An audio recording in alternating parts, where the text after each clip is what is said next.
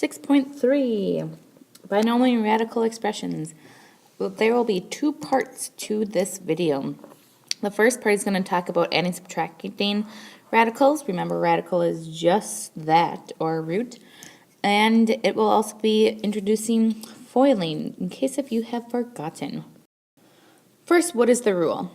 You do not have to write this down, however you can if you want. Basically, what the rule for adding and subtracting radicals, you can add and subtract as long as they are the exact same. So, if I have 5 square root of 2 minus 3 with a cubic root of 2, these are not the exact same because the indexes are not the exact same. Now, if I wrote a problem 3 square root of 8 minus 5 square root of 8, now I can combine the two. So then when you're combining the two, you want to look at the leading number. So here's a 3, and this would actually be like a negative 5. This radical, the radicals stay the exact same as they are. So this would become a negative 2 square root 8. And it's the same thing as adding. As long as the radicals are the exact same, with the same indexes, with the same thing underneath the root, then you can add and subtract. So a few practice problems. Again, the first thing you look at are the radicals the same? So if I box in, this is my radical, this is my radical. They are the exact same. Since they're the same, I look at my beginning numbers. So really this is just 3 minus 2. Now 3 minus 2 is 1. You don't have to write the 1, however you can if you so wish to. And this would be my final answer because it would be 3 minus 2 is where I get the 1 from. Second one, if I look at my radicals, this is a 7 and this is a 5. Nope, I can't combine those because the radicals are not the same. If I look at my next problem, here's my radical and here's my radical. So something that I noticed about both of these is that they have the same number underneath. However, the index is not the same index. So I can't combine anything there either. So no Peruni.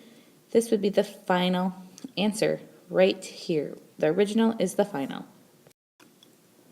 So right now I want you to pause the video and I want you to attempt the next 3 problems by yourself and compare those answers to mine. So the first problem you can't simplify because the indexes are different. Even though the number underneath the root is the same, still can't do it. Second one, it's a little tricky. So the radical is the exact same, and since both of these two terms have x's with them, then I can combine them. If for some reason it was 4x plus 3, I can't combine those two because those are not like terms. However, in this case I can, so I get 7x with a square root of xy. And the last one, both of them have the same number underneath the radical and the same index. So it would be 17 minus 5, which is 2. So my answer would be 2. And then the 5th root of 3x squared. What is the simplest form of the expression? So 2 steps here. We can't just combine them because 12, 75, and 3 are not all the same. However, I can simplify using my factor tree if you want, or else you can use perfect squares. Either way, it's the same thing. So if you want to use the factor tree, this is 4 and 3. 2 and 2. Here's my group of 2's. So this would come out to be 2 square root 3 because this 3 is left over. My second term would be 3 and 25, 5 and 5. So here's my group of 5. So it would be plus 5 square root 3. And then the last term, can't simplify that anymore, so it would be minus square root 3.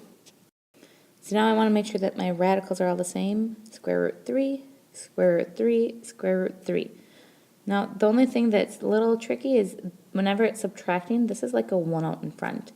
So I can take 2 plus 5, that would give me 7, and then subtract 1 would give me 6. So this would be 6 square root 3, because the radical stays the same. Again, it's 2 plus 5 minus 1. That's how I got that 6 right there.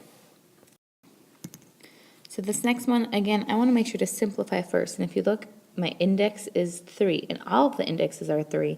So all of them, I want to do my factor tree and look for groups of 3. you have to make sure to keep each term separate. So I have 3 different numbers here. If you look at my first one, here's a group of 3 5s, so I'm going to circle those. So my simplified version would be 5 out in front, and my index is 3 with a cubic root of 2. So that's that first one. My second one, I have 3 3s. So my 3 gets taken out. So it's addition, because of this adding right here. 3, and then it's the cubic root of 2, because 2 is what is left over in my root. And my last one, I have 3 2s, so the 2 can get taken out. Now I have to make sure to write subtraction, because in my beginning problem it's subtraction. And this would be subtract 2, and I'm still left with a 2 that didn't have a friend, so this would be square root or cubic root of 2. Now when I look at all of these, all of the roots are the exact same. They're all the cubic root of 2.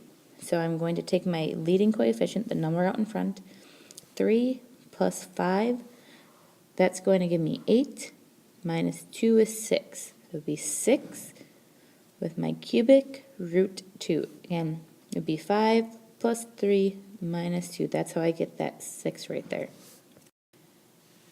And we're also going to be reviewing foiling. So when I'm talking about foiling, really all I'm doing is distributing, but this whole thing has to be multiplied by this whole thing. So it's going to be x has to be multiplied by the 3x. So that's going to give me 3x squared. X also has to be multiplied by the 7. So it would be plus 7x. Now my next term has to be distributed. So it would be negative 3 times 3x. So this would be negative 9x. And negative 3 times 7, which is negative 21. And that's negative because I have subtraction. And when you're looking at this, you should look to see if there's any like terms. These two are like terms because they're both x's. So my final answer would be 3x squared minus 2x minus 21.